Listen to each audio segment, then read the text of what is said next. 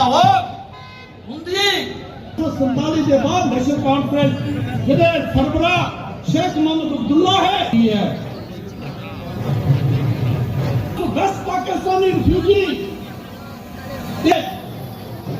जड़े 80% जड़े हरिजन ने सियालकोट पूरा उजड़ी आए एक कड़ी इंसानियत है कि 70-76 उस जड़ा नेशनल कॉन्फ्रेंस जी आकर दी है तो कानून मोहम्मद अब्दुल्ला ने जड़ा पंजाब चो लिया सफाई भी ही मिलती इतों के MLA भी बनी सकते हो ये सारा अधिकार वेस्ट पाकिस्तानी भारतीय जनता पार्टी केंद्र सरकार और राज्य सरकार ने इस गर्मी में इंतजार किया और हमारा स्वागत किया, अपने बच्चे का स्वागत किया। उससे मेरे पास कोई शब्द नहीं है उसके लिए। मैं आप सभी का बहुत बहुत शुक्रगुजार हूँ। सबसे पहले मैं श्यामा प्रसाद मुखर्जी जी जिन्होंने हमारी स्टेट को इंडिया के साथ भारत के साथ जोड़ने के लिए अपनी जान तक में शामिल कर दी, उनको श्रद्धांजलि देता हूँ। और साथ में हमारा आप सभी को पता है कि हमारा मुल्क तकरीबन 200 साल अंग्रेजों की गुलामी में रहा और जितने भी हमारे लाखों लोगों ने वो अपनी जानें गंवाई हैं ताकि हम लोग आज़ादी के सांस ले सकें, आज़ादी से रह सकें। उन सारे शहीदों को मैं आज के दिन इस मौके पर सब श्रद्धांजलि देता हूँ।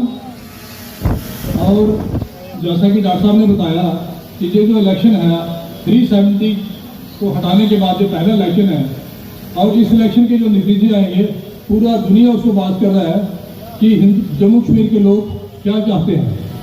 तो हम लोग क्या चाहते हैं, हिंदुस्तान के साथ रहना चाहते हैं ना। आप हाथ खड़ा करके बात करें, हम सारे हिंदुस्तानी हैं, हम सारे हिंदुस्तानी हैं ना।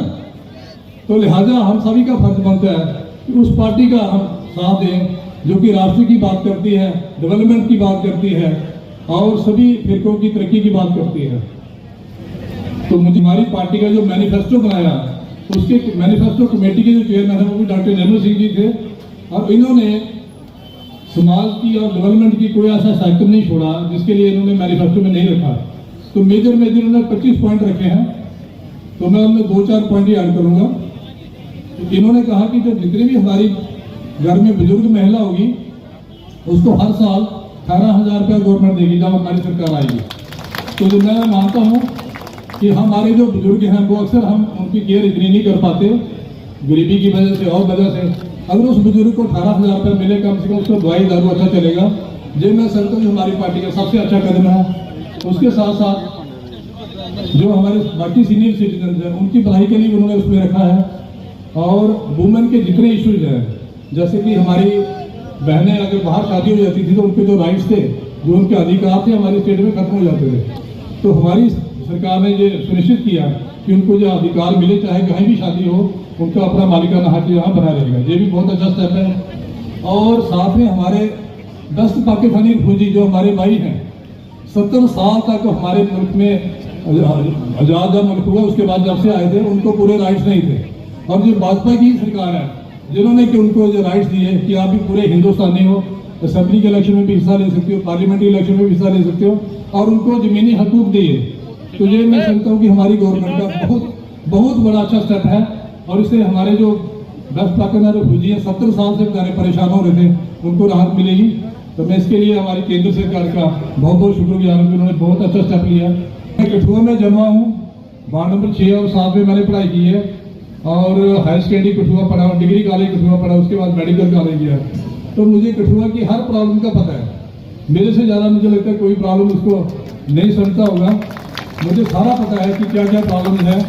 और मैं आपको ये भी बताना चाहूँगा, आप सभी को पता ही है कि हमारी फैमिली जो है पिछले 60 साल से वो पॉलिटिक्स में है। मैं बेशक सरकारी नौकरी में था लेकिन मेरे खून में भी पॉलिटिक्स है। मेरे दादाजी के बड़े भाई श्री स्वर्गीय पंजाब सिंह जी वो 62 और 67 में आप लोगों ने उनको चुन के MLA बनाया और उस वक्त जो कठुआ की बुनियाद उन्होंने रखी, डिग्री कॉलेज रखा, बाकी जो मेन हाई सेकेंडरी उस टाइम सारा बना। तो मेरी फैमिली से कठुआ की फाउंडेशन शुरू हुई है। तो मैं जब उसके बाद 83 में हमारे सांझी राम जी, स्वर्गीय सांझी राम जी को MLA बने, वो भी आप लोगों की आशीर्वाद से। 87 में ओम प्रकाश जी बने।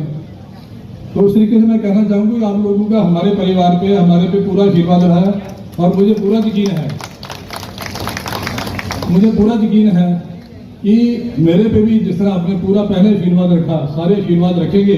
और जिस तरीके से हमारी फैमिली ने कठुआ की सेवा की है, उससे मैं 10 गुना ज़्यादा कोशिश करूँगा सेवा करने की, क्योंकि उस टाइम प्रॉब्लम कुछ और थी। आज कंट्री बहुत बड़ा, शहर भी फैल गया है, कंट्री फैल गया है, प्रॉब्लम भी काफ़ी बढ़ गई है। तो मैं जो 2-4 पॉइंट रखना चाहूँगा कि सबसे बड़ी प्रॉब्लम जो मुझे लगती है कठुआ में, वो सीवरेज की प्रॉब्लम है।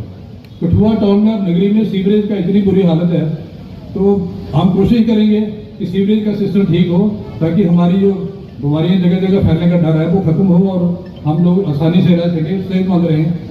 उसके साथ साथ जो हमारे काफ़ी नौजवान जो है 4-5 साल से ड्रग्स की लत उनको लगी है, मैं पूरी कोशिश करूँगी कि उन नौजवानों को ड्रग्स से दूर कैसे रखा जाए, उनको कैसे एम्प्लॉयमेंट की तरफ लाया जाए, ताकि उनकी सोच जो है वो पॉजिटिव हो, नेशन बिल्डिंग की तरफ हो, ना कि गलत साइड जाए।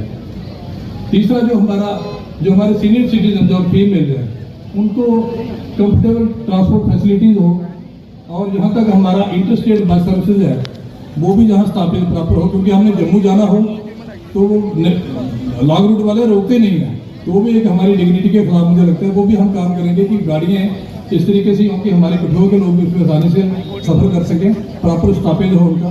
और जो मेडिकल फैसिलिटीज़ है, हमारा मेडिकल कॉलेज जहाँ दिया हमारी सेंट्रल गवर्नमेंट ने, एम्स बन रहा है वहाँ बीजेपुर में, तो आप देख रहे हो कि जम्मू से कठुआ तक और श्रीनगर तक क्या जितना इंफ्रास्ट्रक्चर का नेटवर्क है वो उसी गवर्नमेंट की वजह से हुआ। और आने वाले 2-3 साल में जम्मू से श्रीनगर जाना, आप सुबह जाओगे शाम को वापस कठुआ आ सकते हो, इस तरीके का इंफ्रास्ट्रक्चर बन रहा है। तो ये बहुत बड़ा हमारी डेवलपमेंट में इसमें ये कंट्रीब्यूट करेगा। तो मैं कहना चाहूँगा कि जहाँ डॉक्टर साहब ने कहा कि बिजली के बिल, ये भी बड़ी समस्या है कि बिजली के बिल काफ़ी ज़्यादा आ रहे हैं। जो जिसने 2 या 3 बल्ब लगाए हैं उसका भी 20-20 हज़ार रुपये बिल आ रहा है, वो बेचारा गाड़ी लगाएगा कि बिल देगा। तो इसका भी एक ऐसा सिस्टम, जैसे डॉक्टर साहब ने कहा कि हमारी पार्टी ने सोचा हुआ है कि जो पुराने उनके एरियाज हैं उनका कुछ सोचेंगे, और जो नए हैं उनका भी किस तरीके से उसको मिनिमाइज किया जाए और लोगों को सोलर लाइट की तरफ लिया जाए, ताकि बिजली पर निर्भरता कम हो। इसके लिए भी हमारी गवर्नमेंट काम करेगी।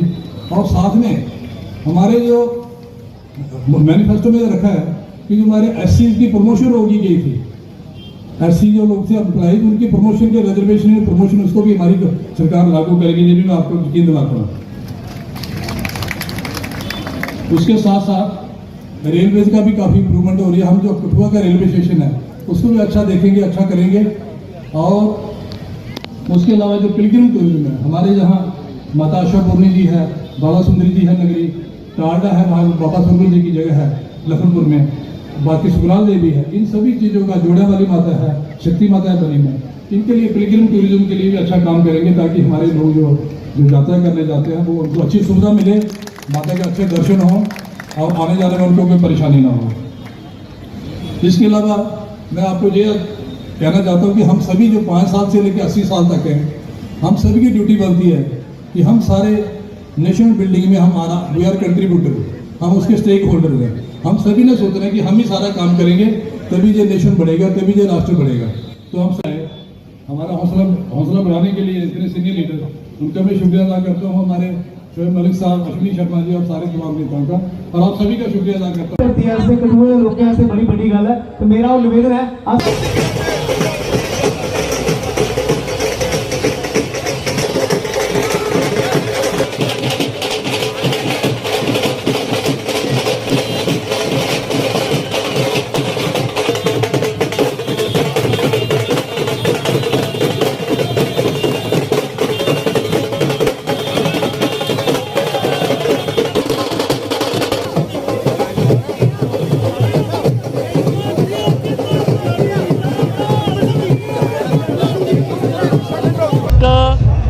कांग्रेस का तो कैंडिडेट शायद नेशनल कॉन्फ्रेंस है यहाँ, तो देखिए कांग्रेस ने तो पहले सरेंडर कर दिया, नेशनल कॉन्फ्रेंस का यहाँ कोई वजूद नहीं है। बीएसपी का जरूर कैंडिडेट आया है, लेकिन जिस तरीके से हमने डॉक्टर भारत भूषण जी को कैंडिडेट उनका दिया है, बहुत ही पढ़े लिखे, सोशल वेलफेयर में डायरेक्टर थे, और जितनी सेवा उन्होंने यहाँ पर जो है लोगों की आम लोगों की है, वो आम लोगों का विश्वास उनको मिलेगा।